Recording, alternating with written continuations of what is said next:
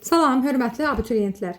Bu videoda mən sizlər üçün 2025-ci il Biologiya Güvən Nəşrləri 1-ci hissədə qan damar sistemi bölməsinin açıq tipli test tapşırıqlarından 7-ci sualın izahını vermək istəyirəm.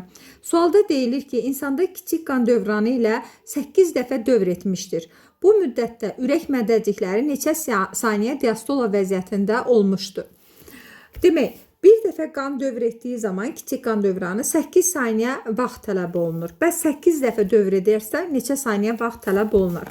Onda 8-i vururuq 4-ə, tapırıq ki 32 saniyəmiz var. Və biz bilirik ki 0,8 saniyəlik ürək diskili şəraitində mədəciklərin diastolası 0,5-ə bərabərdir. 32 saniyədə də x olur.